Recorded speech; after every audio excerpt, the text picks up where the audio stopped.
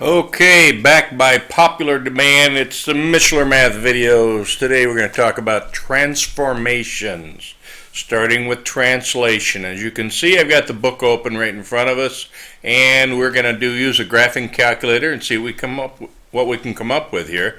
The book does a really good job of going through these things step by step, so I'm just going to try to show you what the book does.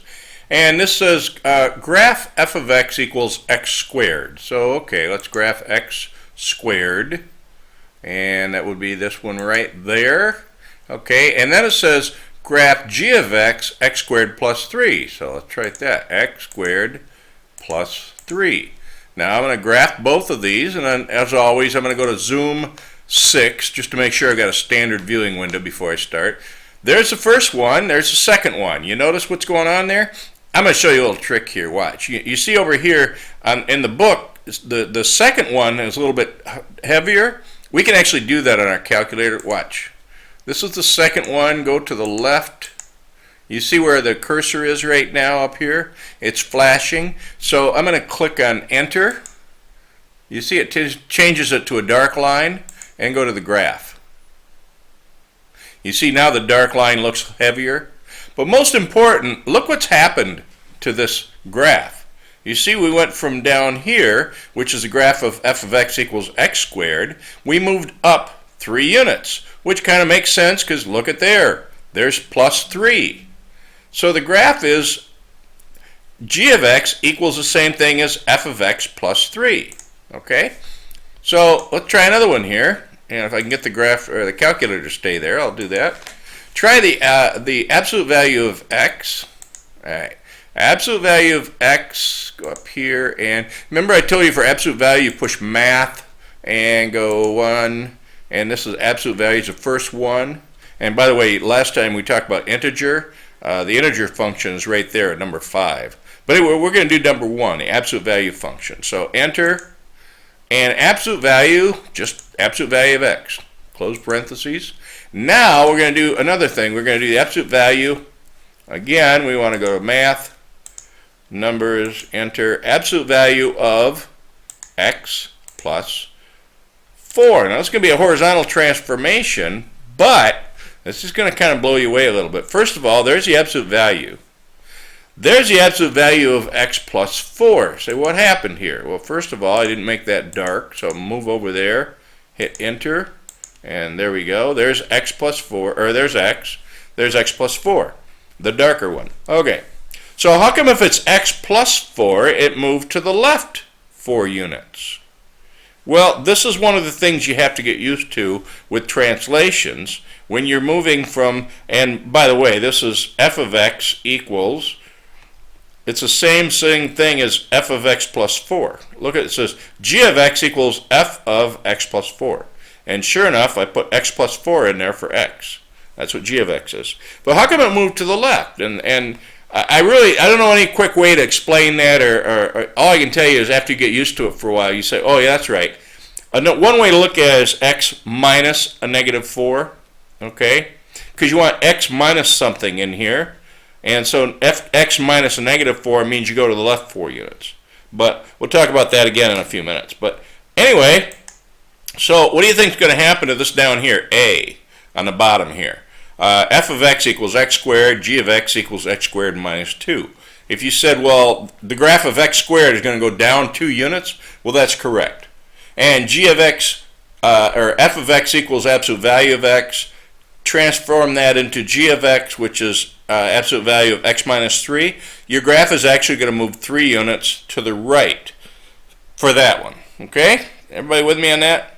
I hope so, because otherwise I'm going to quit making these darn videos. There's your, just kidding. There's your vertical and horizontal translations, okay? And this is the rule. This is called a blue rule, I call it, because it's blue. You know, it's highlighted in blue. But that's basically what you got. If y equals f of x, then f of x plus k is a vertical translation of f. It goes up or down. If k is bigger than 0, it goes up. If k is less than 0, it goes down, okay? So how about if y equals f of x minus h? Well, that's a horizontal translation. And if h is greater than 0, h units to the left, okay? The translation is h units to the right. Now this is tricky because notice the format is x minus h, okay? And so if h is greater than 0, then you got x minus 4 or something like that. Just like we had over here, we had x plus 4, and so that's x minus a negative 4, okay? So h was less than 0, so for h less than 0, anyway, don't get caught up in all that stuff and get confused. If you practice it a little bit, you'll get used to it and you'll be comfortable with it, okay? So there's your rule. K is greater than 0, it goes up. If k is less than 0, it goes down. Here's the rule. If h is greater than 0, it goes to the left. If h is less than 0, it goes... No, if h is... Never mind. You'll get it. Okay. Vertical stretch and compression. This is another real interesting one. And we're just going to do this just the way it says to do it. And let's see what we have. See if we get the same thing in the window. Okay. Square root. And I'm going to do this second and square root sign, radical sign. Okay. And this is going to be 16 minus x squared. Okay. 16 minus x and squared. Okay. Close parentheses. And down here, I'm going to go 2 times that. Okay. So 2 times that, and 16 minus x squared, close parentheses, and graph it. There's my 16 minus x, 16 minus, oh, I didn't make it darker. Let's make that second one darker so I know which one it is. So there's the first one, 16 minus x. There's the second one. You notice if you look real close here, you see they don't come down here? Well, there's a problem with where the pixels are. So let's try a zoom box and see if we can get a better look at that, okay? Zoom box is the first one. Remember, I take my cursor, you see the cursor kind of near the origin there? Take that, bring it over to the left, maybe a little bit to the right, and then up here, and just above the top of that graph, and then hit enter. Once I hit enter, it's going to start going, it's going to start defining the boundaries. And I'm going to go to the right past the other side of the graph, and then I'm going to go down. And let's see if this gives us a little bit better picture. See, just below the x-axis, enter. And look, it looks real good. It's just like the graph you see in the picture, okay? All right. So that's and it's all about, you know, you got it's a very coarse window here, and there's not that many pixels. This is not the kind of window you have on your smartphone. Remember, this technology was developed back in the 1970s, and they started selling these back in the 1980s and the 1990s. Okay, so this is kind of old technology. So 30-40-year-old technology. So it's a little crude. But it does a picture. It gives you what you need. Let's try the other one here on the right side. And oh, by the way, what I did is I multiplied it by 2. That's a vertical stretch. You see, when I multiplied it by 2, I took this graph and I stretched it upward. That's a vertical stretch. This one's going to be a vertical shrink, and let me show you how that works. The same thing, except I'm going to insert. Second insert. That's right above the delete button. And watch, I'm going to go 1 and divided by. So basically I got 1/2, and I better insert, just to be on the safe side, I'm going to put some parentheses around this. Insert parentheses. And that way I know it's 1/2, and it's not 1 over 2 times this thing. Because that would give me a whole different looking graph. It would look goofy. So anyway, so graph this. There's my original graph. There is my new graph, and you see that's a shrink. I multiply by 1/2 right here, and that's a shrink. Okay, and so now let's take a look at the next one here. This is you know, I could spend a few moments. Please take a couple minutes and try these on your graphing calculator. This is all graphing calculator stuff. So spend your time on your graphing calculator. Experiment with a couple of these, so that when you start doing the problems, it won't be like, oh, what's going on? Not that you would do that, but anyway. And look at the blue rule, and if this doesn't make sense to you, that's okay if it's between 0 and 1. By the way, if you see here A is either greater than 1 or it's between 0 and 1, you say, well, what if A is less than 1, or less than 0, rather? Well, then it's negative, and we'll talk about that in a few minutes. But this is what it looks like, okay? Vertical stretch is when you're multiplying the function by, like here we multiplied this function by 2. Like g of x equals 2 times f of x, okay? Over here we'd multiply by 1/2 or divided by 2, but anyway, g of x equals 1/2 f of x. So no matter what f of x is, if we multiply it by 2, we stretch it. If we divide it by some number that's between 0 and 1, or multiply it by some number between 0 and 1, then we get, well, what if you multiply it by 1? Well, you have the same graph, goofy, okay? So anyway, horizontal stretch and compression. This is the same deal, except, and once again, let's look at what we got here. 16 minus x squared is the first one, all right? And then down here, I'm going to go do, and 16 minus x squared, except I'm going to multiply 2x. I'm going to, instead, this is f of 2x, okay? F of x is going to equal f of 2x. So where x is, I'm going to replace that with 2x. So here, I'm going to put in parentheses here, and let's move over to the right because I can't do this way, and insert a parentheses here, and 2, okay, and then insert a parentheses here. So you see I got 2x to the second power instead of x to the second power. That's A, that's what I'm doing here, and let's see what that graph looks like. There is, wait a minute, 16 minus x squared, and yeah, and except that mine looks a little bit different. Let's go to zoom standard, shall we? And see what I end up with. Does that look a little, no.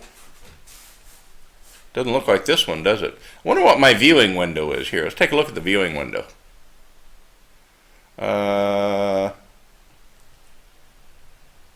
Window, okay, sorry. And I'm going to make the y minimum is going to be -1. Right up here, -1, just like it is here. And y maximum, I go 1, 2, 3, 4. I'm going to make y maximum at 5. And maybe it'll look a little bit more. This looks like -10 to +10, but maybe I can make it look a little bit more like that. Oh yeah, that looks a little bit more. Except I've still got this break right here. So I'm going to change my window to negative, make that -8, and make this one 8. And see if I can get the viewing window to look right.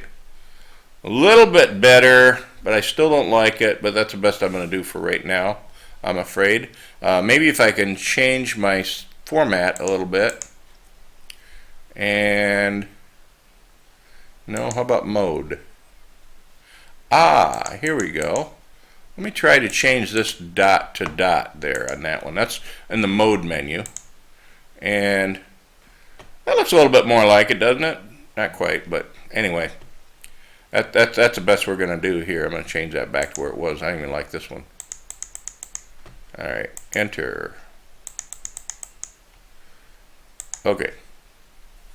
So, for some reason, I'm not getting what I want here, but we can, and if I go back here and I go down here and change this one to the heavy line, then I can quickly see the difference. And there's the original graph, and there's my compression or horizontal stretch or compression. You know, if you take a rubber band and you pull on it one way or the other, it'll stretch it and it'll make it skinnier, won't it? And so that's what we have here. The lighter one is the original function, and this is the stretch. So this is f of 2 of x. Like I said, and I'm not going to go through this one, but it'll look like this one. But the main thing is, I just wanted to kind of give you an idea of what this looks at. See, you're going to have to get on your calculator and try these out. You can't just look at the video and say, okay, now I know how to do it, because you won't, okay? So try some of these out and see what they look like, because that's the only way you're going to figure this stuff out, okay? And finally, reflection is, this is what we were talking about before. What if something's less than zero? What if it's negative? Well, it's real simple. F of x equals x squared. G of x is a negative x squared. So that's a negative f of x, okay? And so I don't even need to show you on the calculator. That's how it works. And those are reflections. And this is actually a clever little drawing. It looks like a pair of scissors or a pincer or something. Anyway, enough of that. So combining transformations, this is what we normally see when we're doing algebra, okay, when we're doing functions. We have several transformations going on all at once. And once again, rather than bore you with all this, I'm just going to show you've got several things going on at once, and you're going to have to practice. And you see the blue here, it says reflection. When you have a negative in front of this, you're going to reflect it. The red, that's multiplying, you got a vertical stretch. Okay? Green is a horizontal or a vertical translation. Okay? The green in here is a horizontal translation. So anyway, just practice with those. Here's a summary, and because I love you, I made a whole sheet, which is now available on my website. Look on the bottom under chapter, there's a folder called Chapter 2, and this is printout. And yeah, I'm going to give you one of these, or else actually I want you to print these out and just work with them and practice with them, because this is a whole guide about how you do your transformations. And again, you're not going to know how to work with these unless you get it out and practice with it. So thank you very much for listening. I'm glad I'm back, and I still run a video too long because I talk too much, but hopefully you understand a little bit better than you did. Thanks. Bye.